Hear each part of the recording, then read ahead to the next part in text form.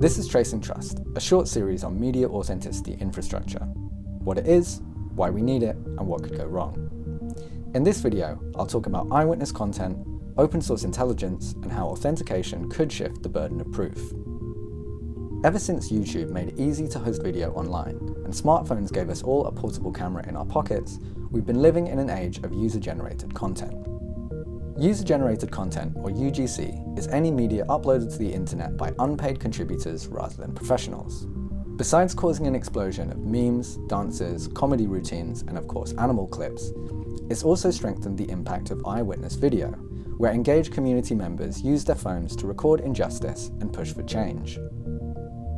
Videos filmed by everyday people have been responsible for exposing police violence, military action, illegal logging, sexual harassment, and many other human rights abuses around the world.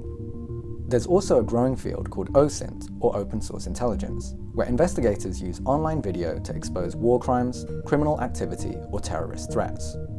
Pioneered by human rights groups and journalists, OSINT techniques have shed light on the recent downing of a Ukrainian passenger jet in Iran, or chemical weapons attacks in Syria, to name a few examples.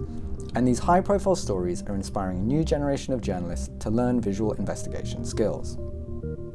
Until now, the increase in digital video has meant greater accountability for those in power. But we're at a crucial moment where deepfakes and other forms of media manipulation threaten to tip the balance the other way. That's because deepfakes create something that Boston University law professor Danielle Citron calls the liar's dividend. Basically, just knowing that this technology exists in the world already benefits unscrupulous people, because it gives them cover to claim that any video or audio exposing them is a deepfake. This claim in itself becomes news, and in reporting on it, journalists unintentionally reinforce the idea that there's a doubt over material that shows the truth.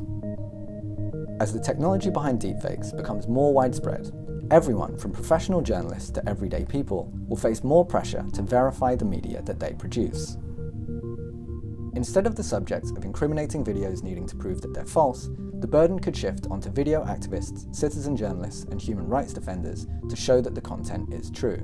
And while the new range of verified capture apps and media tracking systems we saw in the first video will help to give an extra layer of trust, there's a danger in creating a world where media content can't be believed without them. Just like the liar's dividend, putting an extra burden onto those who expose abuse will benefit powerful, corrupt people more than it will help anyone challenging them. In wanting to protect the truth, we could inadvertently make it harder to stand up for human rights. It's important to note that there are many different ways we can choose to verify media, and each comes with different pros and cons. In the third video, I'll be talking about some of these trade-offs and the impacts they could have.